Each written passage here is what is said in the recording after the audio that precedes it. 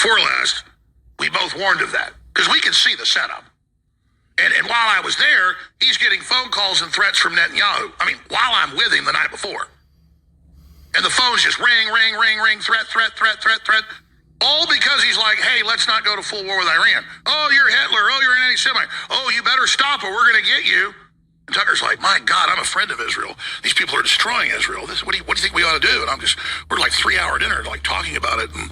And how do we focus on China, the main threat? We just can't continue to make the Middle East the main focus. I mean, Israel's won and defeated Hamas and Hezbollah. And God, if they just stop now, great for them. God, what do we do? I mean, I'm literally sitting around and he's like worried because he can think steps ahead where this is going for everybody. Meanwhile, according to the Israel lobby, I was in Hitler's bunker with Adolf Hitler having breakfast and lunch and dinner and hanging out at his house. I mean, this is cuckoo town, folks. Tucker Carlson came to me 14 years ago. He called and said, I want to come, I want to have dinner, I want to apologize to you. I said, what? That's okay. He called me a horrible person, thought I made stuff up. Then, back then, you'd have all the clips online of Building 7 and things. Once he finally saw it, that was his big wake-up. He said, listen, I got lied to by the neocons. I was pro-war. I was wrong. I want to change. Thank you so much. I want to be friends. Just wanted you to know I'm sorry for things I said about you. I said, hey, that's great. I totally understand. I've been a big fan of a lot of your work. I mean, I'm a libertarian too overall, so glad this has happened. And so we've been friends ever since. I mean, tons of times. He's come over for Thanksgiving, you name it. I've stayed at his house. Good friends, good guy, real guy. Salt of the earth, good family, great people. And so when I sit there and see these guys, there's a bunch of it. Ted Cruz is attacking all of it, literally saying we have a new Hitler. This is Hitler. Everybody knows everybody's sick of Hitler after 80 years. He's been dead for 80 years, so they're literally saying all over the news, ladies and gentlemen, Wall Street Journal, New York Times, ladies and gentlemen, the left and right agree. We have the new Hitler. Tucker Bowtie Carlson. Wow. That was quick. He's faster. And it's really because Tucker's been trying to referee and not have the paradigm be anti-Israel, pro-Israel, pro-Islam, pro-Israel. All you center of the tension groups, our world center is not the Middle East. I don't wish Israel to be blown up or destroyed. I don't want the Muslims all dead, though I don't want you over here, because we know you take everything over. And that's just common sense. And so he's been anti-war for 14, 15 years since he had his awakening. He's been consistent. He's been called a Russian agent. He's been called a Qatari agent. All this is pure crap. He's just consistently doing what's right. And so... Okay, so let's see. What can we do to deal with Muslims in America?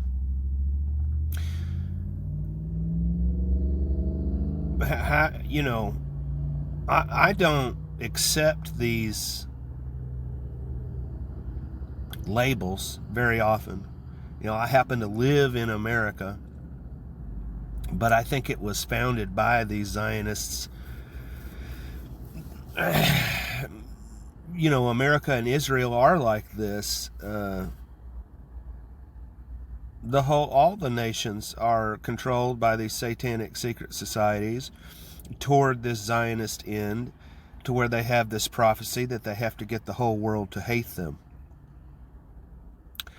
But the people that live in these nations and are of these religions and stuff don't all agree on all of this stuff, so I guess that's who I'm talking with. But what do you think is at the core of this MAGA Civil War dispute? I mean, obviously it's Zionism, because all presidents are puppets for this plan. That's why they all are at that Wailing Wall in Jerusalem, which is of Rome. There's no...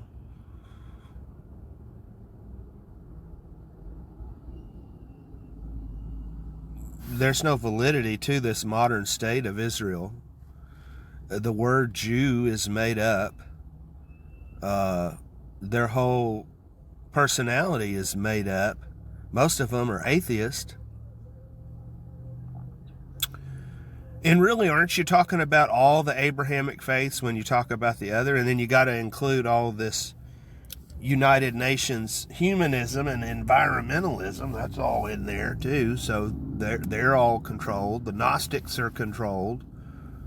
You know, it's just a big mess made on purpose. But Alex raises the point here that, you know, they tell these government contractors that they will take away their contract if they boycott or have any speech against Israel. This, I don't know his name, this Republican leader, I think, that we see speaking at this event, who called Tucker Hitler, supposedly, according to Alex, has passed these laws in Florida where he presides. I don't know if he's just a senator or a mayor or what, governor, but that you can't put up any posters that they deem are anti-Semitic, which would just be any criticism of Israel or Zionism. Like many Jews and Israelis that live there criticize all that stuff. So let me get to that in a second. But yeah, they're telling them, oh, well, that's litter, but because it's anti-Semitic, we're going to put you, instead of a $500 fine, we're going to put you in prison for 5 years. Well, we can't have that in America. And this whole video is Alex going beyond what he normally says, which is, I'm so tired of having everything focused on Israel, but feeling obligated to say that this is the problem, the way that AIPAC and these groups are handling this. So I guess it's just part of this. I don't like people talking about prophecy. It seems much easier that these secret societies of people that control book publishing are the ones that are responsible for prophecy and not some God. I believe that there is a Father, Creator, and Mother Nature, but not that any of these religions are helping anybody with anything. They're obvious political tools.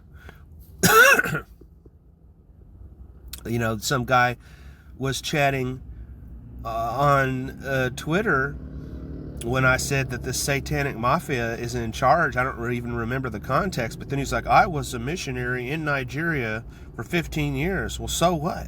I bet there was a lot of CIA agents. Are you one of them? You know what I mean? That they just used that for their purposes. And then I told the story about the Jesuits and the missionaries. You know, that's the original intelligence agencies. It's these groups.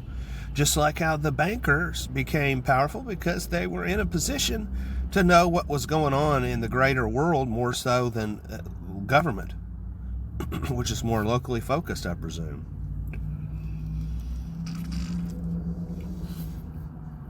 I mean, you know, the way I look at it is we're all mind controlled in various ways. But I would like to hear, I know that there are a ton of people in Israel that feel like their government is not on their side, just like people in China and Russia and anywhere. So I would like to hear more from those people about, I'm interested in the idea that we could represent ourselves. I don't like that these people that control the media control the world, who are largely Jews. You know, they're exactly the kind of people that would create, I don't know, you know, what the deal is with Alex Jones. It's probably very likely that he's married to a Jewish woman. It's very likely that he's operating as some controlled opposition. I mean, I think Christianity is controlled opposition. I think America is controlled opposition. Because America was always made for the purpose of creating this new world order,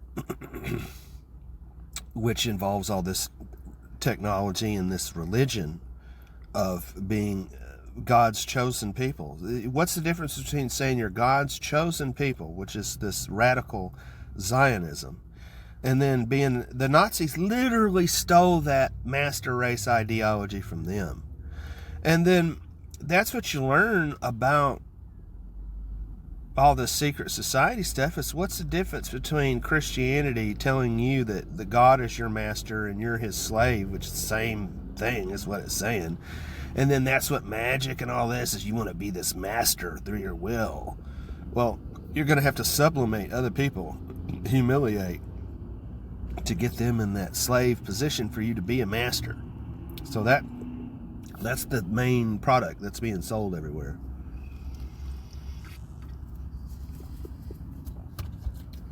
Where do you think that this rift in MAGA concerning Israel is going to go?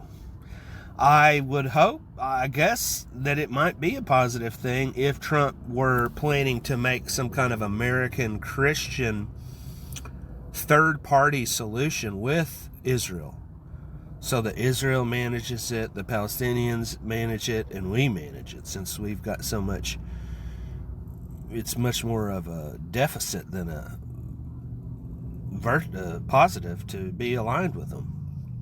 So that would be interesting.